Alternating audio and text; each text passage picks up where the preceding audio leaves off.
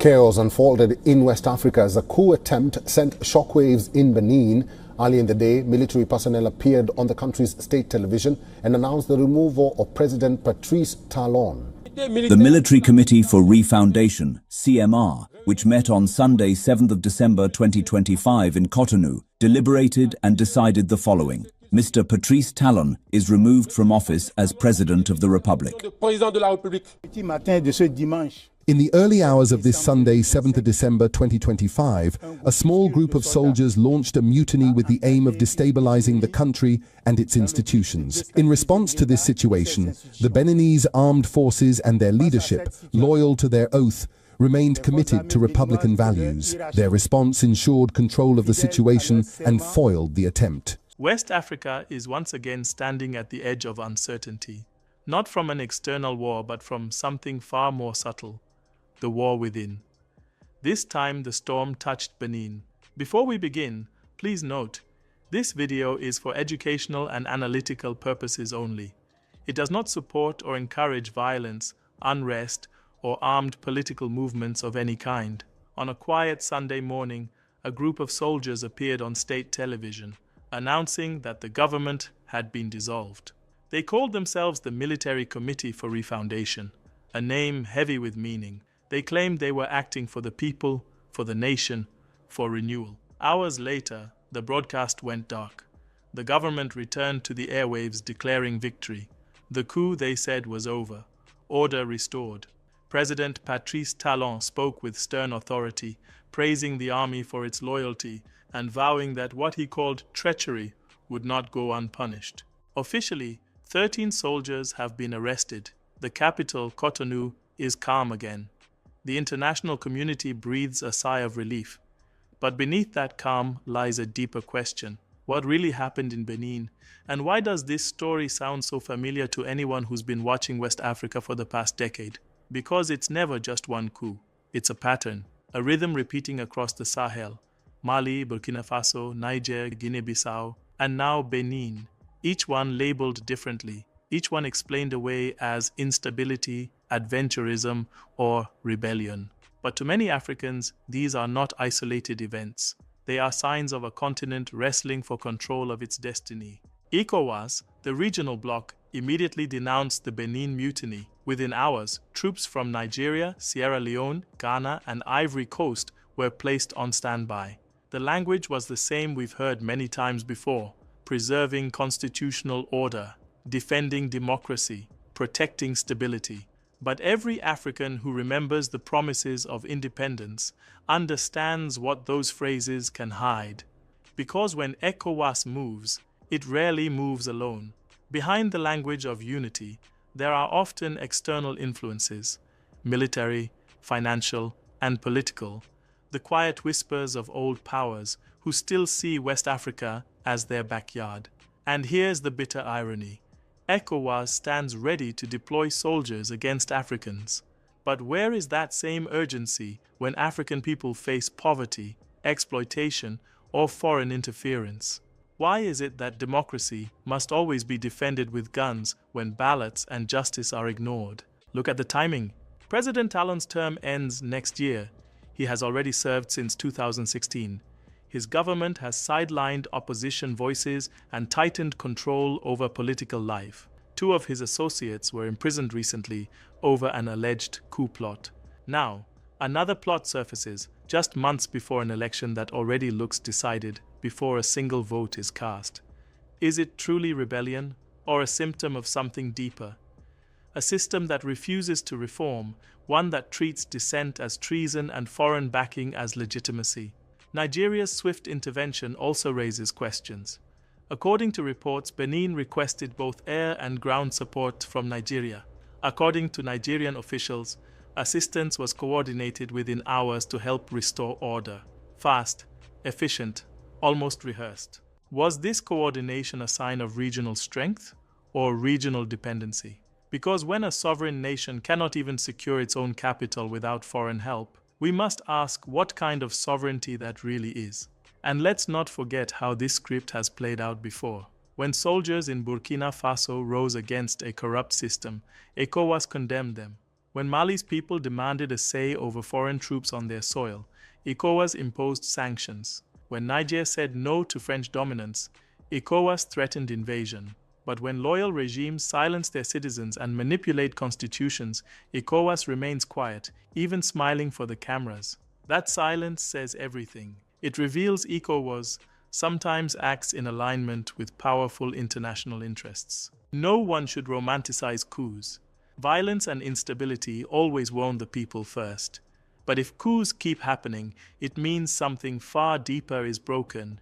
It means that the institutions that claim to represent the people have lost their moral authority. It means the ballot box has been hollowed out by power and money. This is not just about Benin. It's about a continent asking the same question over and over. Who decides Africa's future? The people or the powerful interests that shape decisions behind the scenes? President Talon thanked his army for staying loyal. He called them Republican, disciplined, faithful. But faithfulness to what? To the state or to one man's power? True patriotism means loyalty to the nation's soul, not to the politician who happens to sit in the palace. And this is where Africa's story keeps circling back. Each time the people rise, through protest, through politics, sometimes through arms, the same alliances move to shut them down. The same headlines appear, the same condemnations echo, and then silence until the next eruption. Benin's failed coup is not the end of a story. It's another chapter in a long, unfinished book. The book of African sovereignty still being written line by line in struggle and sacrifice. The question now is not whether coups will stop. The real question is, will Africa finally build systems that make coups unnecessary? Systems where leaders serve, not rule. Systems where sovereignty isn't just a slogan, but a living truth. Because until that day comes, the drums of unrest will keep echoing softly behind the speeches of order. Because silence does not mean peace, and control does not mean stability. When a nation's voice is suppressed long enough, it finds other ways to speak. Benin may look calm today, but calm is not the same as content. Beneath the quiet streets and restored television broadcasts lies something deeper: disillusionment.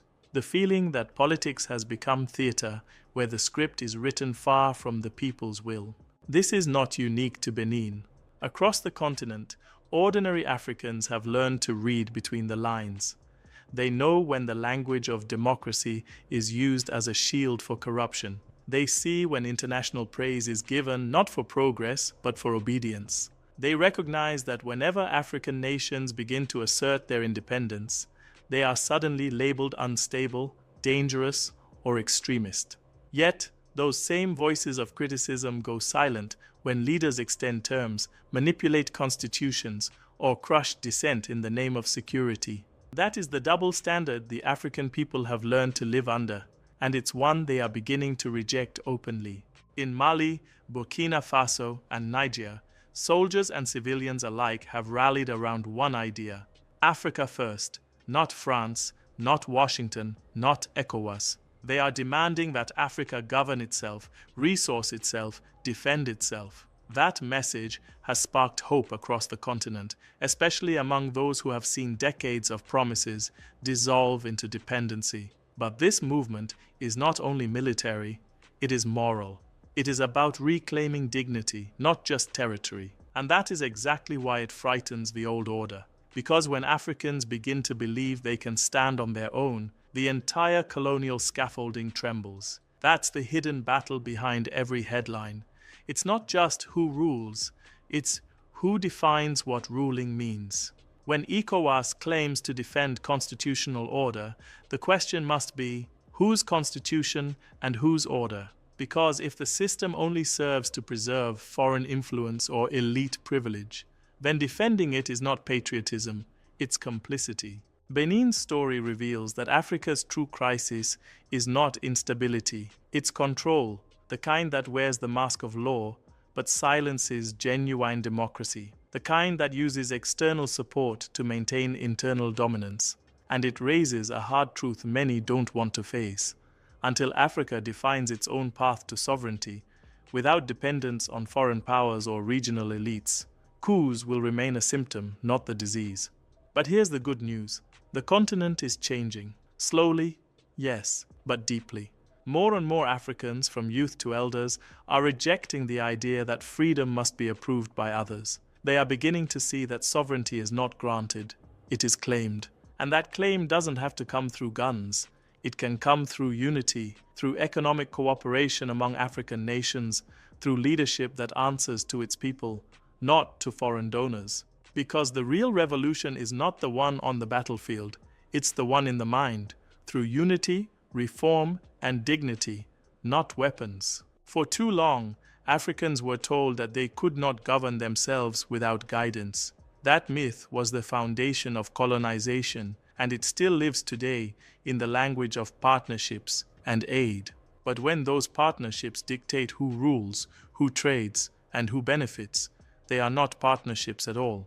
They are chains dressed in diplomacy. Benin's coup attempt may have failed, but it pulled back the curtain. It reminded Africans that beneath the calm of stability, there is still a struggle for ownership of destiny. It reminded the world that Africa's independence is not yet complete. And so, the question lingers.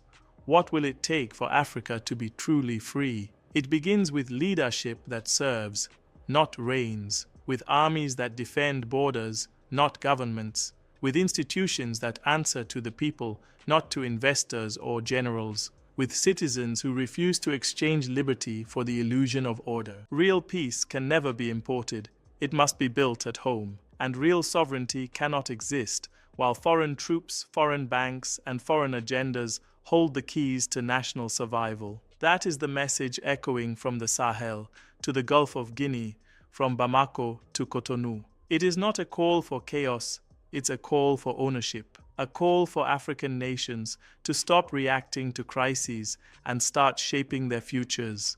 Because every time Ecowas rushes to restore a regime, it forgets that the legitimacy of power does not come from foreign approval. It comes from the people. And if the people lose faith, no foreign army can hold a country together. Benin's story may fade from the headlines soon, but the questions it raises will not. They will echo through every capital on this continent until leaders choose which side of history they want to stand on, the side of dependency or the side of dignity. The age of submission is ending. The age of accountability is beginning.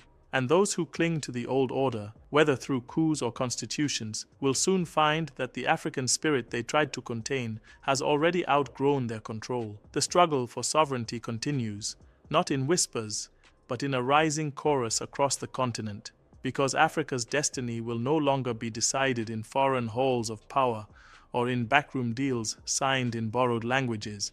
It will be decided by Africans themselves, one nation, one people, one voice at a time. And that voice, Africa's own, is growing louder every day.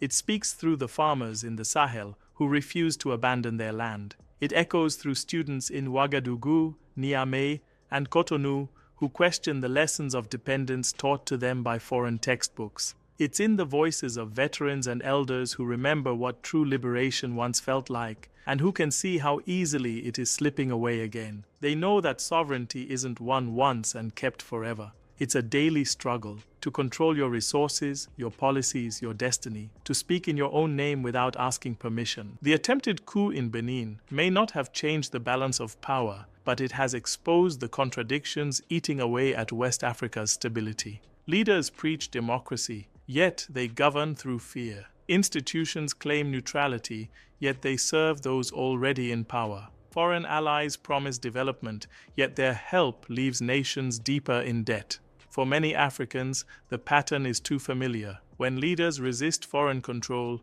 they are isolated or threatened. When they comply, they are rewarded.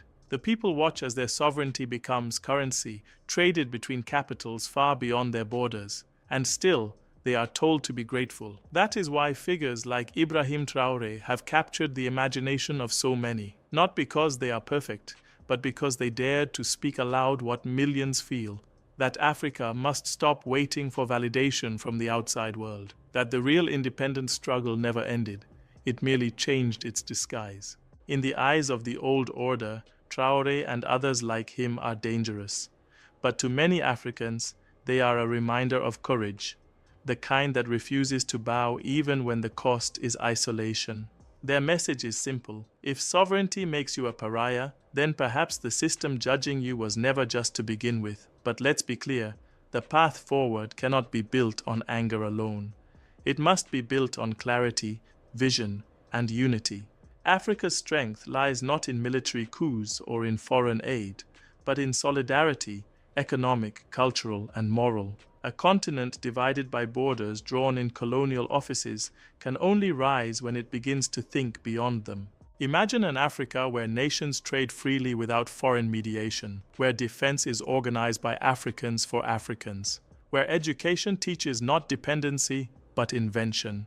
That is not a dream, it's a necessity. Because until that becomes reality, every new government, civilian or military, will face the same dilemma: how to lead while still chained to the structures of the past. And this is what the events in Benin truly reveal. They show us the fatigue of an entire generation, a generation tired of watching leaders switch seats while the conditions stay the same. They show the cracks in the illusion that democracy means freedom when it is practiced without justice, without fairness, without sovereignty.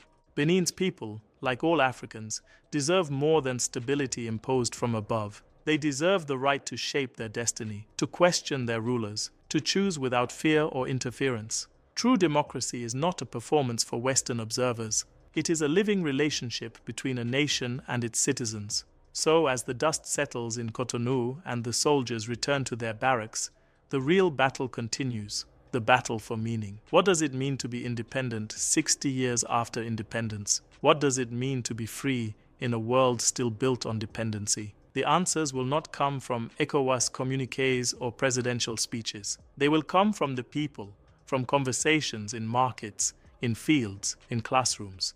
From those who understand that sovereignty begins not in government halls, but in the mind of every citizen who refuses to surrender their dignity.